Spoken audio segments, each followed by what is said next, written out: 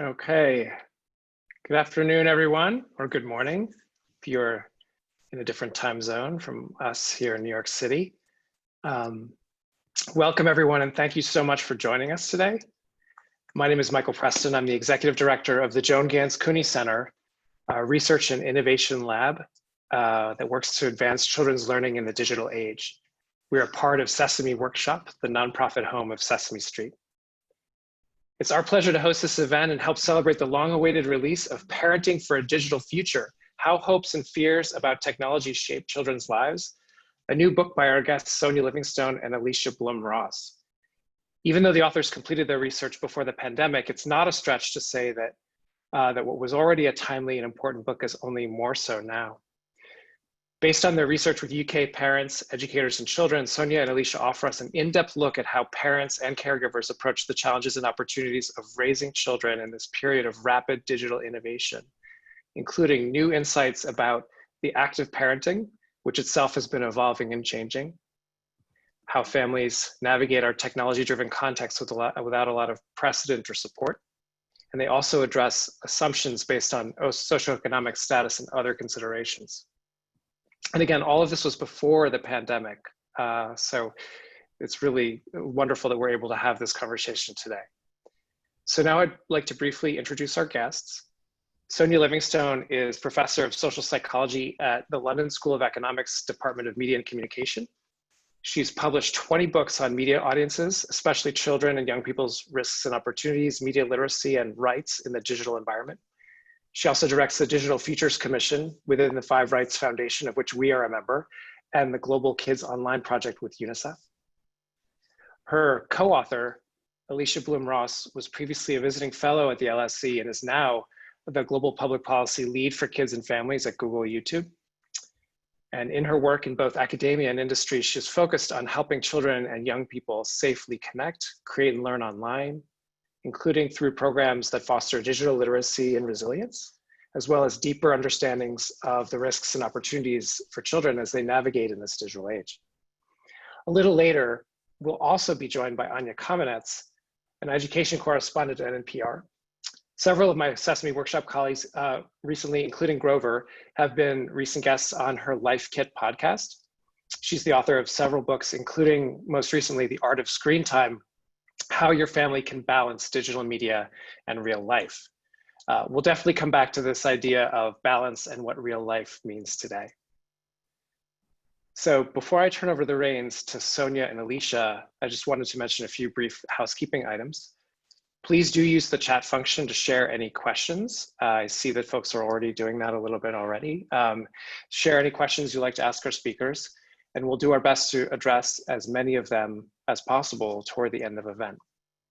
Okay, so now without further ado, it's my pleasure to give you Sonia Livingstone. Sonia. Michael, thank you so much for this opportunity to talk about a book that has been really quite a long time in the making and a great pleasure to write. So really we begin with the idea that parents are just full of questions about the digital future, and they want to know what's good or bad technology and what helps or hinders their child and when. And those of us in the academy and many of the policymakers find these are really not easy questions to answer, and society is struggling with them. In some ways, of course, they're not new questions, but similar to the debates of earlier generations about television, about comics, about the VCR, many technologies have given rise to all kinds of questions. What we find in our research is that when parents think back to their own childhood and forward to their children's future, nothing seems quite as significant, quite as good at symbolizing the difference across those generations as digital technologies. All those screens, big and small, and increasingly technologies getting embedded into our clothing and our homes, all of those were absent, or many of those were absent when parents were young, and they're just so present now, they seem to fill the home and fill the kind of vision. And because parents know that they have introduced these devices into the home, they somehow feel they should be able to control them, even though controlling them is something they have much to say about and how difficult it is. In our book, we also try to take a kind of wider perspective, standing back from some of those kind of very detailed ways in which families are engaging with technology, because many other social shifts have taken place in the last 20 years or so, and those have also contributed to the anxieties that parents face, though they seem a bit less visible. So parents, families have less social support from nearby relatives, from the state than they used to.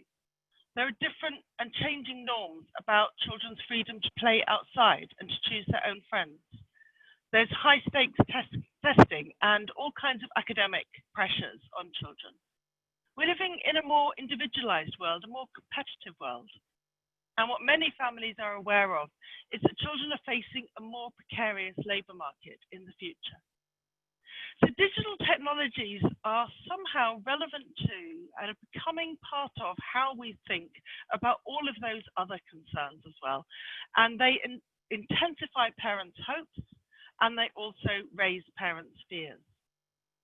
So essentially in our book, we argue that the digital has become the terrain on which we negotiate who we are. Through our talk about technology, we're talking about our identities, our relationships, our values, and our children's life chances.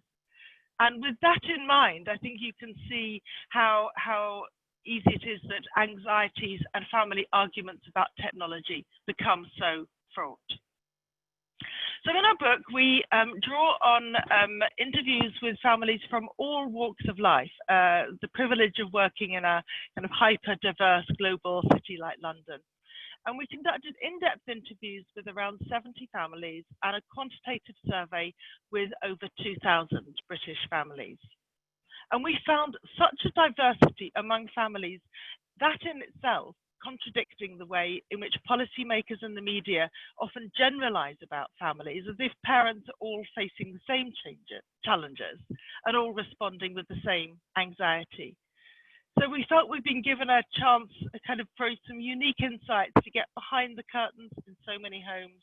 We drank a lot of cups of tea as we talked to parents, and we found ourselves really welcomed into many homes because our topic, kids and technology, was so top of mind for them as well as for us. When we reflected on the diversity and the many things that families told us, we suggest that in the end, there are kind of three main practices, three main ways in which parents engage with digital technology. There's embracing technology, in which parents seek out digital technologies for themselves, for their children, to ease family life or to exercise their professional or academic skills and to engage with the technology. Embracing means positioning oneself ahead of the curve. And that might make you feel exposed because you're acting before there are norms and resources in place.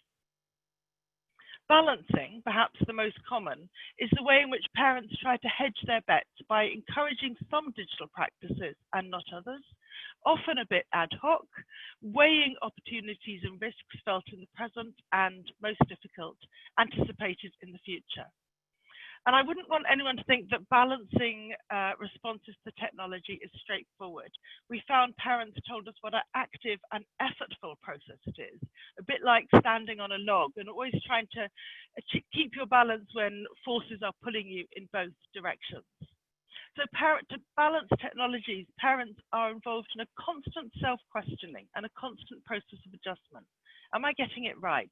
How can I tell? And then in addition to embracing and balancing, we found ways in which parents are resisting, if you like, the digital future. And they articulate their efforts as trying to kind of stem the unstoppable incursion of digital technologies into their family life. Resisting might mean that they worry about missing out professionally or personally. It might mean that they're taking a risk because they're not doing what everyone else seems to be doing, perhaps not allowing their child to engage with something that every other child seems to have. For some parents, we found that resisting comes in response to some other kind of trouble, some difficulty, some challenge in their lives, and that was something we explore in the book. But we were also surprised how often resistance is not reactive, is less reactive than value-driven. reflecting a desire to prioritize non-digital activities and other visions of the future, sometimes to resist commercialism and social pressures altogether. We describe these as practices rather than parents because we didn't want to put parents into separate boxes, and because, as we saw through our observations, a parent might embrace technology for one child and resist for another, and they would have their reasons. Or they might resist over breakfast but embrace by the evening. Or parents might act differently, and sometimes this was a source of conflict within the home. So we asked them about their approaches and found that sometimes their practices were deliberate, connected to a particular parenting or life philosophy. But often, even though they were implicit, we could see ways in which they spoke to parents' values and beliefs. So just to give one example, we interviewed Lara and Pavel, who were living in London with their 6-year-old son, Thomas, having come from Brazil and Poland. And Lara wanted to sign Thomas up for coding class. And Pavel was worried about the risks of the technology. And though they were arguing about the technology and what Pavel should use, they were also arguing about who they wanted him to be. Did they want him to be creative and technical and ahead of the curve? Or did they want him to be cautious and safe and not kind of rush ahead when we don't know what the consequences are? So the struggle comes when parents are constantly expected to achieve the perfect balance between these two kind of contradictory injunctions. Parents are being told, embrace technology because it's the future, but they're also being told, resist technology because of all the problems it brings. And of course, as they try to weigh these things and find some kind of a balance, their task is made more difficulty because parenting is uncertain, because no one can imagine the world really in the 10 or 20 years it'll take your child to grow up. And the anxiety comes because the technology is so uncertain. It's complex, it's fast changing. And though it seems to promise control, it's actually experienced by many parents as disempowering and unknown in its long-term consequences. So I'm going to hand the floor to Alicia to give you a bit more of an inside story of some of the families we met. Thanks, Sonia. One of the things we were really struck by across the families that we spoke with using qualitative interviews and that we tested when we did our survey was where families went for advice and support when they were facing these dilemmas. Not only digital dilemmas, but also sort of general parenting dilemmas. And one of the really notable differences that we recorded in our survey was that there was very little precedent for families in terms of where they could turn to for advice when they had specifically digital parenting dilemmas. So when we asked who they went to for support when they had parenting questions in general, they listed many sources of support, including as a kind of a key source of support, their own parents. But when we asked them where they went to try to sort of learn how to navigate the digital environment with and for their children, they had little to say about where they could find good sources of support. This is actually one of the reasons why we chose to adopt this mixed method research strategy, because it was important both for us to understand the kind of attitudinal measures that individual families were kind of, grappling with in the day-to-day. And actually our qualitative interviews were really full of emotion. It was really notable how little parents are asked about their parenting by others in a sort of neutral and perhaps non-judgmental way. But at the same time, we wanted to kind of complement this with a large-scale survey to kind of understand, where and how are these perspectives of a small group of family representative. We did focus mainly on parents in our study, but we did have the opportunity to talk to some children and young people directly and also to educators. And I see that the group of folks on this call is a wonderful mix of parents and educators and researchers. So I hope we can have a good conversation also about the expertise that you all are bringing to this conversation. I think one of the main things that we ended up taking away from a lot of the interviews was, as sociologist Christine Hine describes, how embodied and everyday the technology was for families. So rather than a kind of non-human sort of, outside incursion into family life, the way that families were using technology was sort of deeply human, deeply embodied, deeply part of their lives, whether it was, still under the covers checking your work email before you woke up in the morning, or families really using technology as a way to come together and kind of like have cuddles and snuggles on the couch at night. So really, rather than seeing technology as a kind of a sci-fi or sort of outside of family life a presence, they really embedded it into their everyday practices.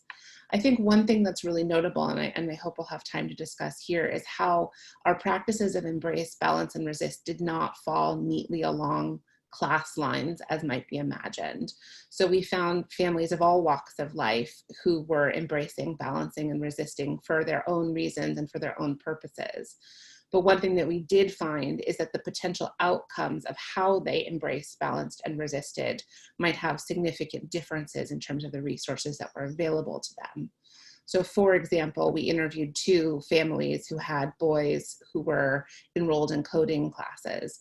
The Apau family had 8-year-old Eugene, who was enrolled in an after-school class at his largely low-income public school in London, where they were learning to use Scratch. Whereas the Thibault family had 10-year-old Sean, who was enrolled in a much more sort of expensive summer-long digital camp where he was learning to use Python. Now, both of those families could be described as engaging in practices of embrace, but the skills that the 2 boys were learning and the opportunities that that sort of new way of thinking and new way of being might open up to them were, of course, very different, as were the resources that the families had available to support those boys' interests. We also took pains to interview families who we felt had kind of particular needs or particular interests in what digital technology might afford, both for themselves and for their children. We interviewed parent bloggers. We interviewed families whose children were taking part in digital media and learning programs. And we also interviewed parents, particularly parents of children with autism. And I see Meryl is on the call, and I think we'll have a lot, took a lot of inspiration from her work, but thinking about how for some of these families, there was a particularly kind of hopeful view of technology in terms of offering a particular vision of the future that the parents, some of the parents that we interviewed really kind of held on to as offering something unique for their child. So if I can just support him or her to become, for example, a games designer, this will be a great, future pathway. Or even actually in the present, particular ways of connecting, creating, communicating even within the family. But these parents were also very keenly aware of the particular risks that their children might face. So they had concerns around the loss of potential kind of sociality or kind of in-person ways of connecting. There were particular concerns around forms of exploitation that their child might be at greater risk to. And it's also important, I think, to note that obviously the families with children with autism were very different in terms of how they were situated, in terms of race, in terms of resources, in terms of whether or not they had family support available, in terms of how much state support they were receiving. So for example, one boy we interviewed whose parents we interviewed, who was taking part in a coding class, had actually won a scholarship to the more expensive summer camp that I referred to earlier. He was getting involved in digital creation. His parents were very excited about that, but they were also very concerned when his older cousin had taught him to use Instagram, and his first Instagram post involved some swear words. And particularly as a young Black boy with autism, the parents were especially concerned with how he might be perceived and how he might be using social media in a way that could further marginalize him within his peer group. So thinking before we open up to discussion, and I think there's a lot of expertise in the collected 200 people on this call, and hopefully we'll have some good conversation about this as well, is what as a society should we be doing to better support parents? I mean, there's parents from all walks of life who have really keenly felt hopes and fears. I think a good place to start is to recognize that parents are already making a number of different efforts to support their children's digital learning and to influence their children's life chances. We've noticed so many disconnections between parents and schools, for example, or between parents between one another. And so that idea of kind of connecting up and sort of seeing how the different spaces of children's lives connected was often full of missed opportunities as much as supported opportunities. I think it's important for all of us with expertise in this area to really figure out how not to scaremonger and tell parents only to police screen time. And obviously this is more relevant now than ever during the pandemic. parents in many ways and across a lot of different, demographic characteristics were trying to live in some ways more democratically with their children. So they were trying to kind of negotiate, to listen to their children, to understand what their children's interests were. And yet a lot of the screen time advice for parents remains to be very restrictive, to watch the clock, to monitor, to kind of disallow. And so, especially now when families are facing so many pressures, there's a real question of whether or not helping families facing difficulties really is sort of advising them also to control screen time, and whether in fact this undermines some of the more kind of creative or kind of egalitarian modes of connecting with their children that we saw some parents engaging with. And also, further than that, that time, of course, is a very brute measure to this huge variety of different activities that we saw within family life. So how can parents better learn to understand the uniqueness and evaluate the specific situation that their family is in? So for example, what is actually on the screen as opposed to how much time is being spent? How is your child interacting? Are they playing? Are they dancing? Are they chatting with friends? What are they gaining and what are they losing? And I think there's also a kind of a role to be played, and particularly now with schools, needing, this is such an urgent requirement now with embedding more forms of digital literacy in the curriculum, not just kind of technical literacy, how to, open up distance learning, tools, although that's important as well, but really around kind of fostering positive connections and a kind of inquiring mind. And one thing that we really noted when we thought about where parents were turning to support is that many of the kind of professional roles that sort of traditionally support parents, whether it's teachers, librarians, social workers, in the UK, there's a role called health visitors. In the US, you might say pediatricians. Very few of those kind of professional roles that are there to support parents actually would really ask much or offer much in the way of support around digital dilemmas. And so there's obviously also an urgent need as a society to kind of help lift that professional role. I'll just end by saying that we're not arguing that the digital future is the only or the best way forward for families. I think we're saying that actually many parents have good reason to believe that it might be, and that they're trying to solve these kind of questions around values and how to live with very little support and with very little kind of expert advice. I think one of the kind of fundamental things, and the pandemic has made this ever more clear, is that asking parents to fight against an inevitable tide is essentially creating a situation in which they always feel as though they're failing. So rather than trying to kind of resist, as some parents try to sort of seemingly unstoppable, I think one mother described it as a tsunami. The question is actually, okay, how can you shape and live within your values as you consider how and where and to what ends digital technology might play a role in your family life? I'll end there, but I'm sure we'll have lots of time to discuss all of the above.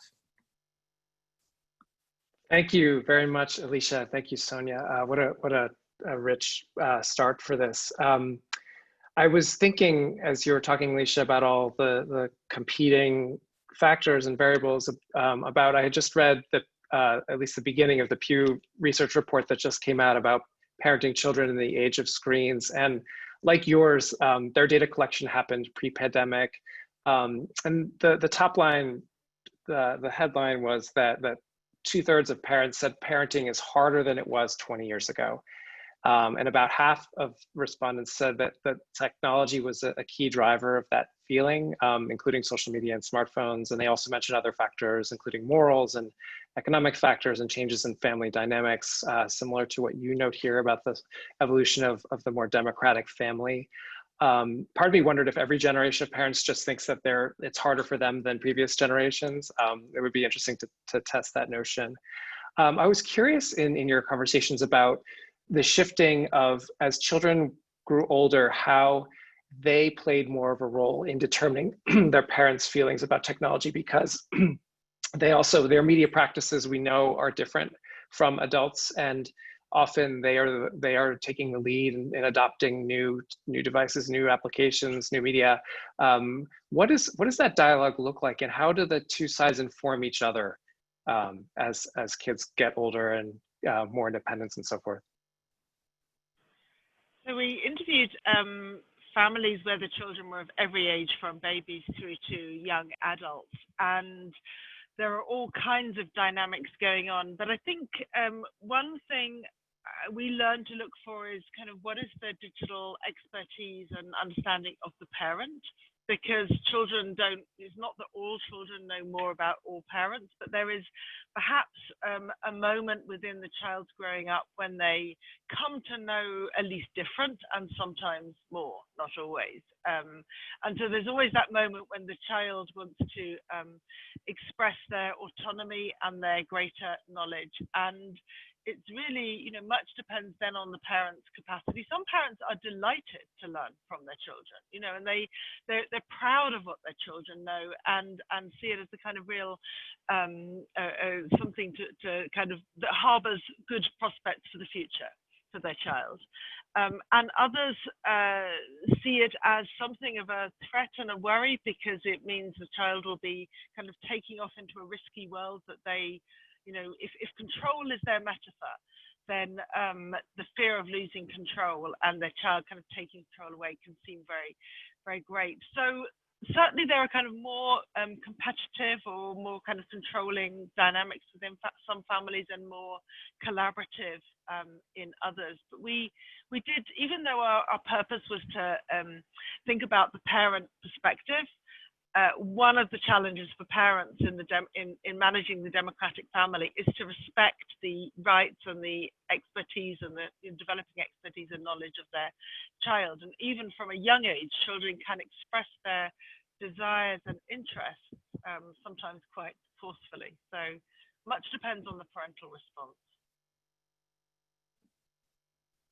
I'd only just add to that, which I think is a great answer, that across the kind of spectrum of parents that we interviewed, I think there was a particularly acute set of conflicts for parents of children sort of that what we could call tweens. So that kind of 8 to 12 kind of window. And often that really centered very specifically on the child starting to wear the parent down on whether or not, when and how they would get their first phone. And I think that, and I know, Michael, I believe you have tweens, so you're probably living through this yourself, but I think that that was really a kind of an acute point of negotiation and conflict, because the family, and in the UK, there was a sort of a kind of a clear cutting off point, especially for families in London whose children may be taking public transportation to go to and from, for example, secondary schools are often farther from home, for example, than a primary school would have been. And so a child would be more likely to be traveling independently. And so that was a kind of a frequent sort of moment of transition in which a parent would kind of give the child a phone, both in order to kind of assuage the parents' own concerns about safety. And so, you know, in some cases it would be either so they could call or text their child to make sure that they had arrived at their destination, or some families were starting to use things like geolocation apps to kind of keep track. And that was an interesting also point of negotiation, that parents were kind of struggling with how much notice to give their child that they might be being you know, under surveillance in this way, but also that the child often took a lot of comfort in knowing that the parent, you know, could kind of, you know, that they could reach their parent, or they could kind of communicate in that sense also. Thank you. Thank you. Well, maybe this is a good time to transition a little bit and invite Anya to join us, since so much of her work concerns this delicate balance and family dynamic. Her book, The Art of Screentime, was just released in paperback too, which is a good opportunity to kind of revisit some of those ideas. So Anya, thanks for joining us here today. You've always advocated for sensible things like balance and evidence and knowing your child and choosing quality media. And I think it's a great time, since the pandemic is causing a fresh look at everything, most especially what's happening inside our homes. So we'd love to just hear what you're thinking about right now, and also what questions you might have for Sonia and Alicia. Yes, absolutely. Hello, everybody. It's an amazing group that we have assembled here virtually. I wish I could chat with you all over a drink at the buffet after. So as far as how I've been thinking about this, you know, I think that most parents have been doing a lot more parenting lately. So that's one fact. And more of our lives, of course, than ever are digital. And I think there's various metrics on how much the use of apps like Zoom and Google Classroom and various kids apps and platforms like Roblox have just all exploded during the pandemic. So I think it just really intensifies, you some of the dilemmas and the pressures that families have been under. But there's also a unifying effect, and something that I'd love to hear the panelists, Sonia and Alicia, speak a little bit more to is kind of this question of whether resistance is futile, whether it's faded into the background as a strategy, particularly in this moment when we're hunkering down. And I think that at least from the responses that I've been getting as I've been engaging people in this as a journalist and also personally on social media and elsewhere, is that, there still is a lack of talking about it. So people may be making different choices and they're sort of lamenting the fact that they're, letting their kids spend a lot more time online, but they're not necessarily talking about it in a way that's solution focused or that solution forward. There's still a lot of sort of guilt and shame and dismissiveness. And, we're sort of refusing to engage in a really serious way, in a way that could be constructive and talking about strategies for digital parenting that really could be helpful. And whether, and so it's really kind of like there's a conversation around people collectively throwing up their hands and taking taking away screen time limits, but they're not talking about, are there strategies that they could use to do it a little bit better, even though we know that it's more than it was before. And also it's not ideal because we're not living under ideal circumstances. We're living in a crisis. And then the only other thing that I would say top of mind as far as how the ideas both in Parenting for a Digital Future and in the Art of Screen Time kind of apply in this moment is that there's the question about expertise and who holds expertise, right? So, one of the most refreshing things I find and kind of empowering, I mean, this is, your book is not an advice book, but it is a strategic book in the sense that you are advocating for kind of the same mindset that you take as scholars, which is for parents to ask questions and listen and learn from each other and learn from their children. And I think we're kind of living through a collective moment where people are looking around and saying, well, who's in charge? Who are the experts here? Knowing that knowledge is going to evolve. There is no final word on anything. It doesn't mean that expertise is not important. It's very important. But expertise on a moving target is going to change. And so we need to have habits of inquiry. We need to be rigorous. We need to be observant. So this is a stock response that I get when when someone asks me a question, when I'm talking to parents and they say, well, such and such is happening in my home to my kid, is it a problem? And I always have to turn it back and say, well, is it a problem? Is there something that you're seeing in your kid that is leading you to be worried, or are you worried about something that you're not seeing or something invisible? And that really is, I think, kind of the key. Like, we have to be able to look for evidence and look for data where it exists, but also be able to apply our own mechanisms of understanding and asking questions.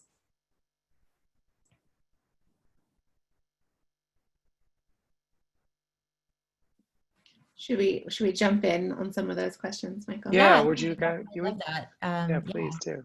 Well, I guess the first question I put to both of you guys is what whether resistance.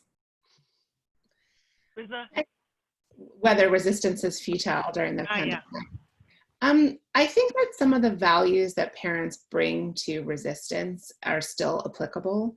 I think that the kind of potential total ban is probably not that relevant anymore. And so, for example, we had some families that were resisting, as Sonia said, because they had other kinds of values that they wanted to live out. So they didn't want their child kind of on screens all the time because they wanted them. One woman described it as a kind of a famous five upbringing, which is a sort of a reference to these like sort of very popular historic British childhood novels, which is like muddy knees and kind of playing in the garden. So I think that there are still ways in which parents are trying to kind of enact some of those values. Obviously, this is made much more difficult by the fact that some of the places that the child might have had some of those experiences, whether it was at school or after school programs, or this was the summer of no summer camps, like that, some of those things are not available. I also think it's important for us to interrogate the kind of classed dimensions of some of that, right? Like that was said by a mother who lived in a sort of relatively suburban home who had a pretty large garden, whose child could kind of go and be muddy in, without kind of supervision and still be safe. And so I think that it's also, we were certainly struck by for some families, particularly families who were living, you know, in more densely packed kind of low-income housing that didn't have access to safe outside spaces, that for them, digital exploration was actually the safer way for their child to kind of occupy time. So I think it is important for us all to kind of interrogate, especially now when we're not sort of living through a period of intangible risk, we're living through a period of very real risk in which we're looking at, you know, graphs, especially in the US at the moment, you know, kind of going again off the charts. And so it is a realistic, you know, thing for many parents to turn to digital exploration as being the kind of safer version. So I still think that families want to live out those values now, but that they would kind of resist, quote unquote, an incursion totally is probably not that probable in the current moment. Isn't it striking to, just listening to Anya, you said parents are feeling guilt and shame about their digital technologies. And I agree with you. So, some of them talked that way to us as well. But what extraordinarily strong emotions, and why would they feel guilt or shame in relation to their children's digital media use? So I think, you know, that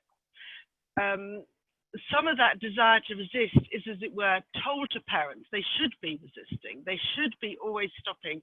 And, you know, I am by no means an advocate for all things technological, because technology, you know, I spend so much of my life tracking all the risks that technology brings to children.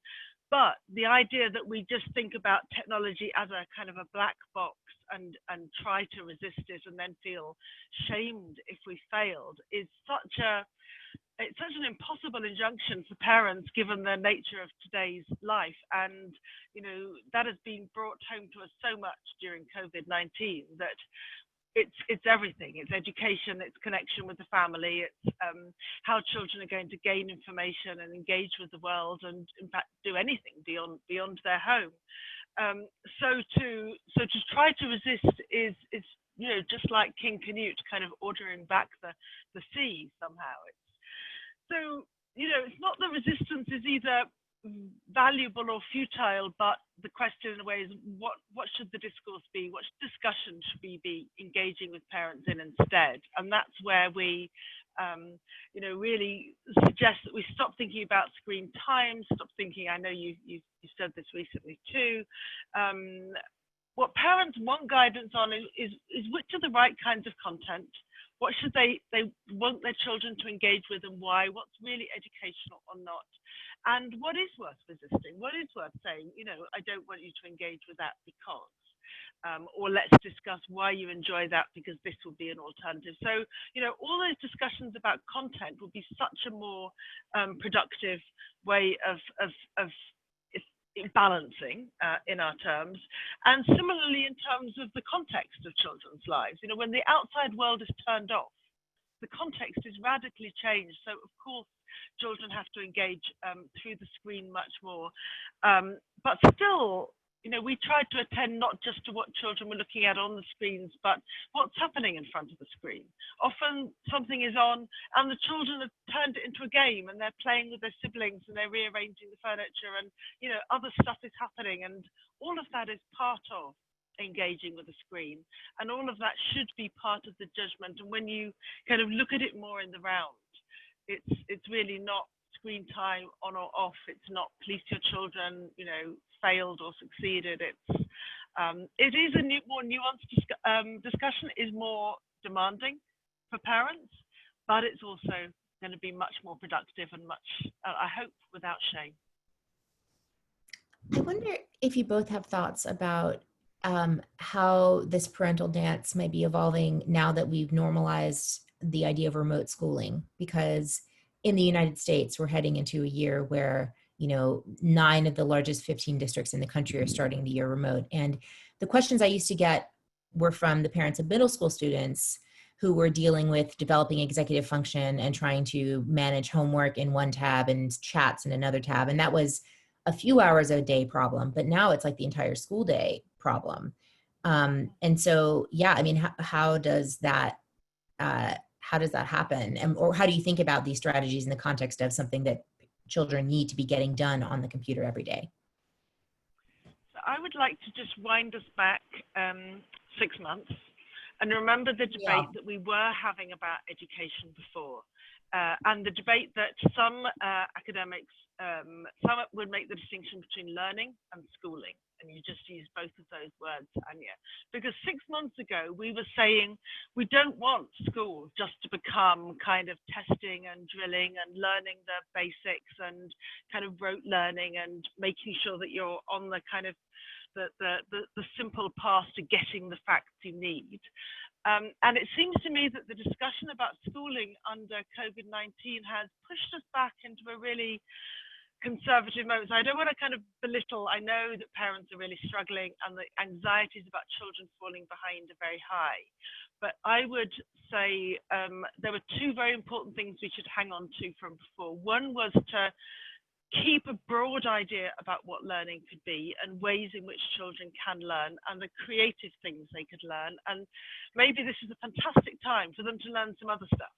And to learn in ways that might be more suited to them than the kind of the schooling model that's always imposed. And the other thing that I think we were aware of before, but are much more intensely aware of now, is the question of inequalities.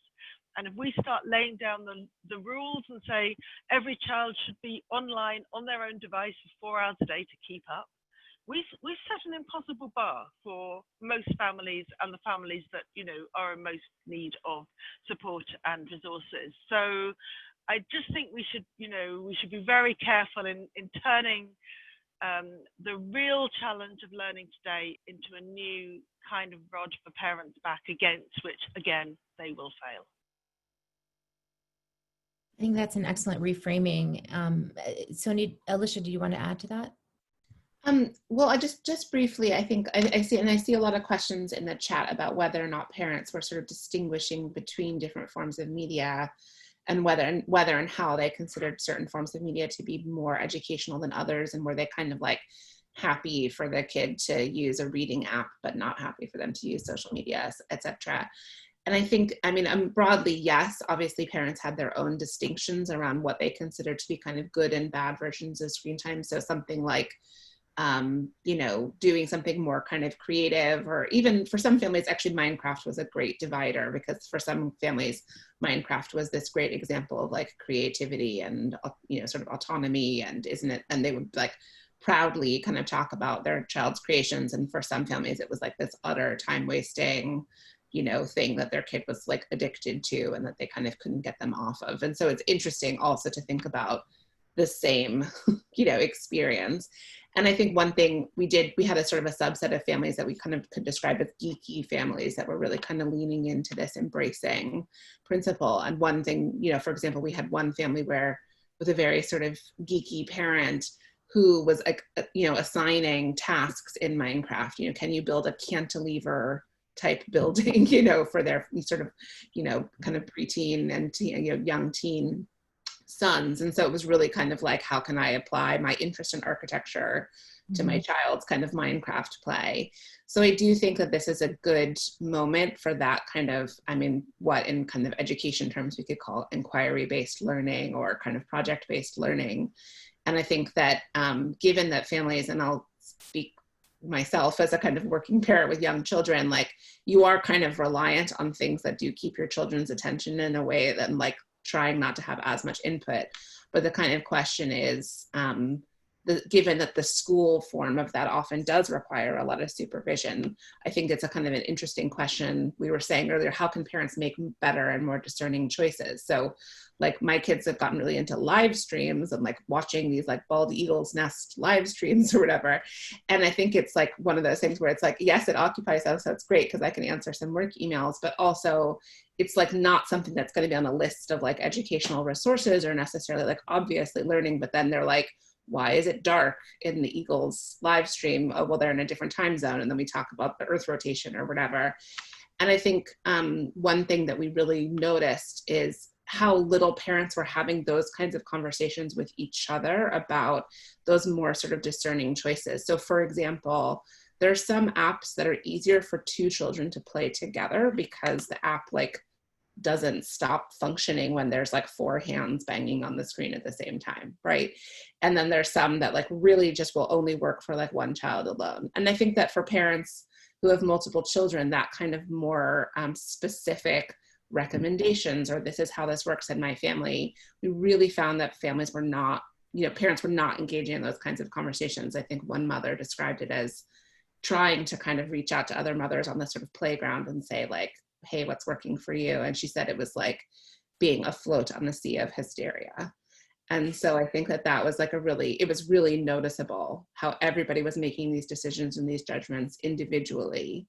And there was very little kind of connection or sense of solidarity between parents, except for insofar as to say who could kind of police the best. And I think that is hopefully that's a sort of an opening that we have now to have that more collaborative conversation. Yeah, I was wondering where, oh yeah, go ahead, Anya. No, go ahead. Okay, I was wondering where we thought that conversation might best happen. There's a lot of discussion, and as so much has been disrupted during the pandemic, about rebalancing, that the values discussion helps us think differently about what we have and what we truly want, especially as we move into a new phase. Hopefully there will be a post-pandemic. We know it won't be the same as the one. There are a lot of ways in which we hope not to go back to the way things were. It's an opportunity to rethink. Did you hear in conversations things, hopes and imaginings that families had about what they wish they could be achieving, or resources or community or things that would help them do better? And I think I'd extend that question across the other subsections of your book. You talk to families with a more geeky tendency, or families with children with autism, for example. I'm curious to know the range of responses. So parents want a lot of things and they hope for a lot of things, but I think they often, like all of us, struggle to define exactly what better could look like, what good could look like, and what alternatives are viable. So they have a sense of who could be providing, and very often they expect it's their child's school that could be guiding them or advising them, I don't know, on which apps are educational in this kind of bewildering marketplace and which ones are not. I think the number of agencies that kind of reach out to parents and advise them is rather few. My sense is it might be even fewer in the US than in Britain. And a number of the agencies that do reach out tend to reach more often the kind of the middle class families with the education and the kind of nous to go and look, more than the parents who are already kind of pressured by so many other things that figuring out which is a helpful app to help my child be creative is not high on the priorities. So I think, there's a kind of a lot of what parents want, which they do feel strongly, is kind of falling between their struggle to articulate what really could be better so they could ask for it in forceful terms, because there's not a very elaborated language, I think, among any of us about how to evaluate digital experiences and kind of tailor them to an analysis of our children's learning or our children's character. And then there's a kind of a sense from, let's say, the authorities, those who might speak to them, that there are always kind of priority messages, and it's better to keep the messages really simple because parents are too busy and they're not really paying attention. So just tell them 2 hours, no more, or just tell them do the homework, but not kind of engage them in a more sustained conversation. Yeah, it's a real struggle to know who can do that. And I don't know how much one can expect public broadcasting to do that. Maybe not so much. The media could play a role. The providers, could guide parents better. Schools could play a different role, but I know they are under incredible pressure already to, reach out to parents in so many different ways. But parents are really calling out for something. I have to say that I think digital parenting is changing right now of necessity, right? And parents understand that, they can't just limit because they have to manage their children's media use. And they also are being asked to be tutors and facilitators of online learning. And I think also being asked, to look for, serious effects of media overuse and try to mitigate those. And I think I've heard a lot more talk around, the need for children to have mental health and to have outdoor time and to have play. And everybody is thinking in a very concerted way about, my children having real time in-person contact with other people. That's kind of like the number one thing that we're being denied. And I think you put this really well in our podcast, Sonia, that we're rediscovering the value of the non-digital and our role in promoting balance in that way. So, I mean, I think these things are changing, I guess. Yeah, and also, 6 months ago, we were worried. Were children so glued to their screen that they didn't want to talk to people in person, they didn't want to go outside, that they didn't want to kind of see people face to face? Now we see absolutely they do. How could we ever have doubted it, really? But on the other hand, the screen provides all kinds of values and possibilities, especially when the outside world is turned off, as in this crazy experiment we're living through. I think one of the things we saw, we did try to learn from the parents who were, as we've said, kind of calmer and more confident. And one of the things we saw them doing was trying, not kind of struggling with the kids and making digital technologies the source of conflict, but finding a language, often sharing. And share, if families share some kind of media activity, that is often the conduit for a better understanding, not only of the technologies and the games they play, whatever it is, but also what excites the child. And when you think the child is learning or stimulated or engaged or, not just passing the time because nothing else is feasible right now. I think that play together, point is a really good one. And it is one of the things in the survey that we did find fell a little along gender lines, that fathers were more likely, for example, to play video games with their children, whereas mothers were more likely to kind of comment or engage on social media, which isn't surprising, obviously, given the kind of demographics of those kinds of use. But I think we had a couple families, for example, where the parents had divorced, or there was a period of separation between the parent and the child, and that they, for example, in the family that I referred to earlier with the boy who was learning to code and had gotten into trouble in his Instagram swearing, that he had a long period of separation from his father where they would play, multiplayer games together during that period of separation.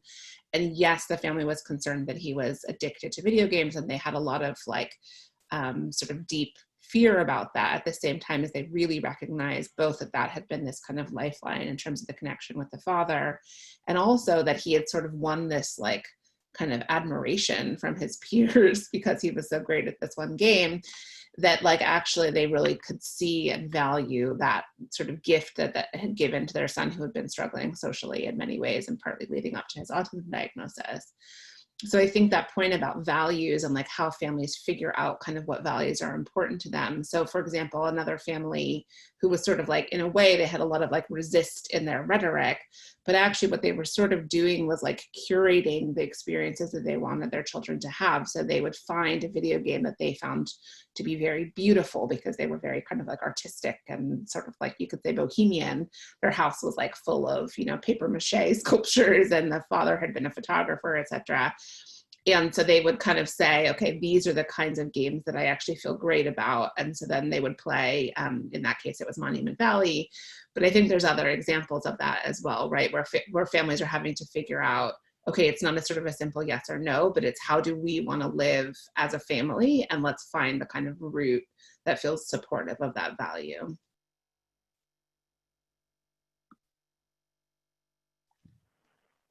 So we just have a few minutes left, and I have to say, one of the most incredible things about this Zoom world we're living in is that we have attendees from all over the world, different disciplines, friends, neighbors, and there's been a very active chat. I know I've been looking through and seeing a lot of questions about attitudes towards different types of media, predictions for the future, transitions back to a post-pandemic existence.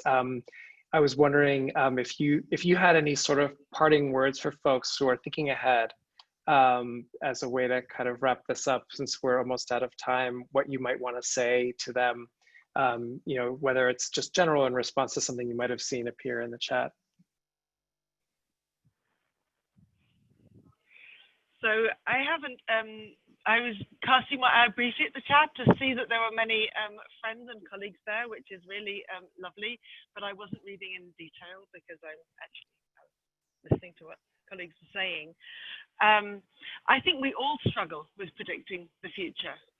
Parents were, were almost silenced when we said your child won't be, grown up till 2035 or 2040. How will it be then? And they imagine a sci-fi future, which in dystopian terms. And scholars are not good either, but I think we learned a lot in our research about the value of really taking time to listen to people carefully and to make them feel that they were being listened to. I would say that about both the parents and the children. And I think a lot of the conclusions and especially the recommendations that we've come to by the end of the book are about kind of having faith that if people have the kind of time to consider and we're not always telling them what they should think, a lot of what they're doing is quite kind of wise and thoughtful. And I know Alicia and I came out of lots of homes thinking, kind of expecting to find more panic and anxiety and more guilt and shame. But parents have a kind of rationale often for how they have reached a certain kind of balance, and then they feel judged for it, so they're a little bashful sometimes, and of course they're facing just so many difficulties. So I come away from the project with faith in how they're going to cope, and a lot of ideas about how others could make life better for them, but I don't think I'm going to tell you how anything will be in 10 years or even 5. We have to read the book and make our own conclusions too. Sorry, go ahead, Alicia. I think one of the real pleasures of writing this book was getting to spend so much time with their families in a situation in which they weren't trying to present problems. I think a lot of the professionals that we've spoken with, kind of both in writing this book, but also kind of, doing a lot of speaking and talking about it, are people who are pediatricians or they're counselors, or they're kind of like, dealing with families once a problem has been presented and there's like a particular kind of issue, whether it's kind of, that there's been bullying or there needs to be a kind of, recalibration in terms of how the child or indeed the parents in some cases are spending time. And so I think like being able to just sit around in people's living rooms and kind of talk to them very neutrally when they weren't necessarily in a crisis point of any kind. I mean, some families were, and they talked about that, but many families were just kind of in the like day-to-day practice of like, let's get out the door, and getting out the door means my kid gets to watch 5 minutes of whatever cartoon over breakfast because that helps them like eat faster so we can get out the door to be on time for school. And actually, I think that was one thing that really struck us, and I'm sure is very true for families now, is just that there's so many forms of media use and technology use that are just very mundane and kind of part of family life and aren't really a kind of a crisis or like necessarily in form of intervention. They are a set of tools that our families are using and leveraging in different ways according to what their needs are. And in some sense, actually, that kind of, I think, felt very optimistic, because it felt like, rather than this sort of technological determinist phrase where like, the technology has really changed family life, it was that families were molding technology to kind of fit what worked for them, not in all cases, but in many. And I think that, is the kind of hopeful frame that I hope will also come out of this period of time as well, which is, this is the tool that you now need to use to connect and to create and to learn. And hopefully when you are back to a situation where you have more tools at your disposal, getting together in person, doing movie nights or whatever, that you'll be able to go back to those as well. And that, sort of like allowing some flexibility, I think, for families to think about what is the thing that you want to accomplish. Here are the tools available to you, and those tools may change as the world changes. I think that was, a little, not much of a prediction, but I think something we'll be observing. That's great, thank you. And Anya, yes, please. Yeah, I mean, this is a crisis. It's a crisis for children. It's a generational crisis. We're going to be climbing out of this hole for children's education and social development for at least 10 years. Kids are going to separate from high school. They're going to have, kids with social and emotional needs, learning disabilities. racial minorities and low-income children are going to be left far behind. I don't want to grasp for a silver lining, but I'm constantly in my, I've been on this beat since 2002, since I graduated college. I never would have guessed that the well-being of the nation's children and the future of education would be considered breaking news items that should be reported on multiple times a week.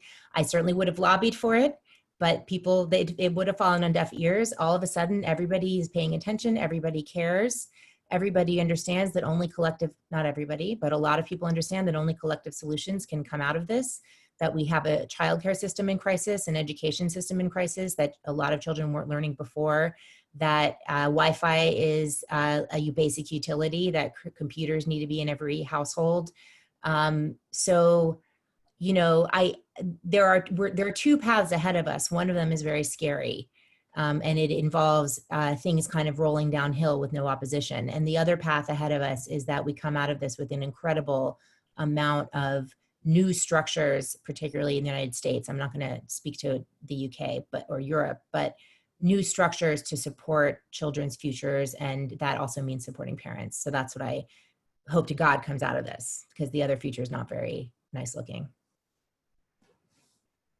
Anya, thank you. That's a terrific call to action. I think all of us on this call, we're here because we are interested and care about these nuanced views informed by the research that you've all been doing with families in various places. And I think we have to adopt this positive visioning of the futures we want and allow them to be channeled by the values of the families, the educators, the systems that we are participating in.